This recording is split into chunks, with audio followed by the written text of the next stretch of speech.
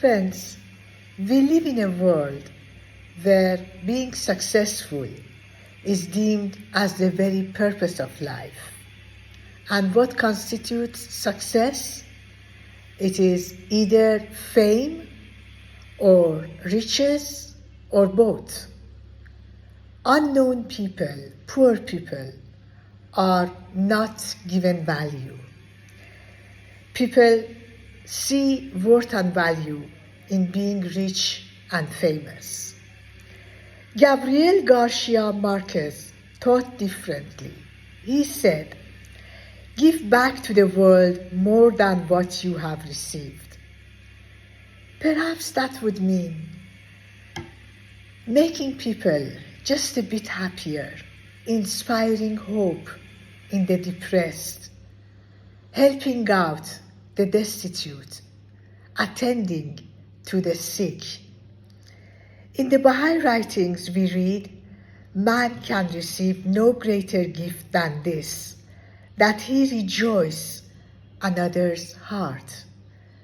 It could also mean raising children who would grow to love humankind, irrespective of nationality, ethnicity, religion, gender, race, color, language, and socioeconomic status.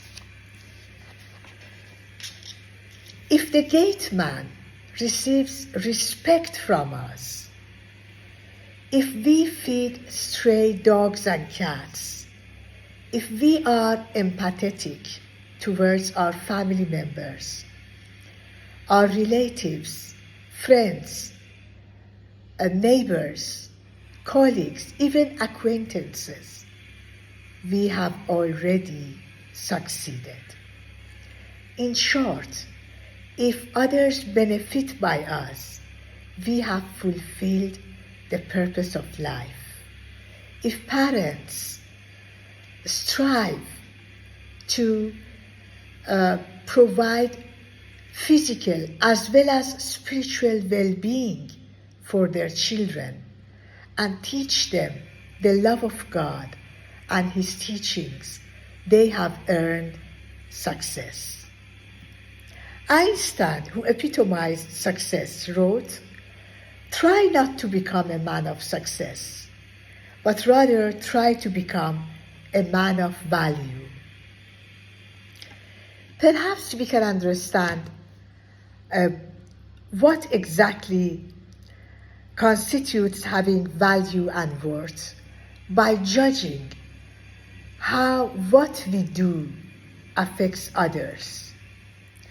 For example, if vendors do not bring vegetables and fruits to the market to sell for an entire week, if nurses at the hospital remain absent for several days, if the domestic helper does not come to work, do you find life difficult?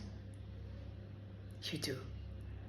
And what if Hollywood does not make as many movies as it did last year? Which one of these makes us feel more uncomfortable and challenged? The world turns out to be a comfortable place by ordinary, average people who do simple things. Let us value their sincere efforts, and let us also add value to our societies by working in the spirit of service, which has been elevated to the rank of worship in the Baha'i writings. Working in the spirit of service in whatever profession we are. The total death rate of COVID was 6 million, whereas each and every single year, 3 million children under the age of 5 starve to death. When the pandemic broke out, every international organization tried desperately to produce vaccines against the coronavirus, whereas vaccine for starvation has been made since thousands of years. It is what we call food, and yet the death toll stands. Is it because those children who starve to death are born of poor parents, unknown parents, so their lives don't matter and nobody cares? Our judgment of what is of value and what is not is miserably poor. It needs to be set right. Let us not value fame and riches above all else. If we have it, well and good. We can use it for the good of our families and of others. It is not going to last. 6 feet. 6 feet only is what is allotted to us. A space of 6 feet under the earth on which we tread. No bank accounts, properties, possessions, not even the 4 walls within which we live is going to endure for us. The one and only thing that will endure and which we can actually carry to the next world is our virtues, which we might have developed, and our deeds, our good deeds, our services, which we might have rendered.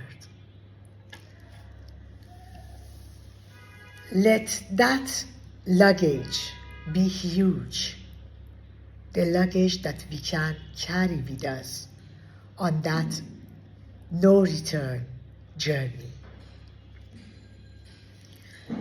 Wealth cannot be lasting because it is subject to being lost through robbery and theft or force and cheating.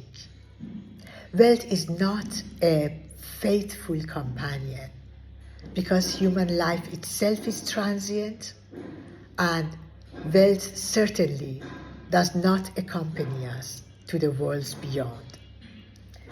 This is why Alexander the Great instructed his courtiers to let both his hands hang down from his sides so that everyone would see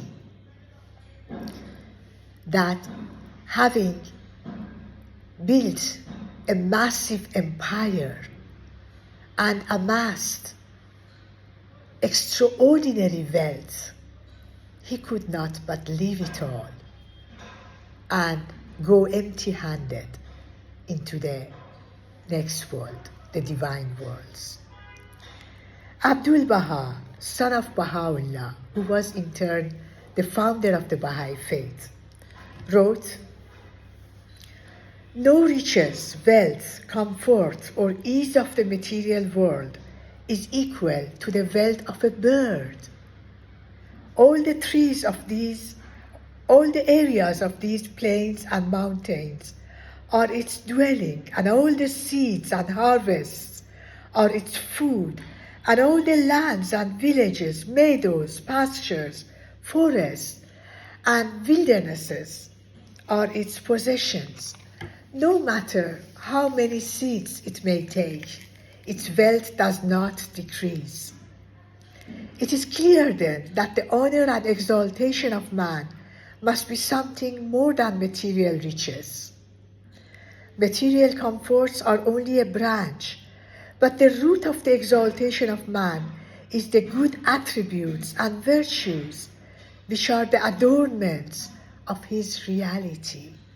love and knowledge of God, wisdom, intellectual perception, scientific discoveries, justice, truthfulness, benevolence, courage, fortitude, respect for rights, serving the truth under all conditions, obedience to the teachings of God. This alone can be the prosperity of the human world. These virtues do not appear from the reality of man, except through the power of God and the divine teachings. It may be that in the world of nature, a trace of these perfections may appear, but they are unstable and ephemeral. They are like the rays of the sun upon the wall.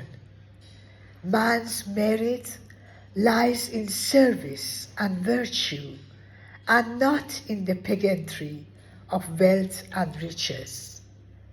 Be ye loving fathers to the orphan, and a refuge to the helpless, and a treasury for the poor, and a cure for the ailing. Thank you for your patience.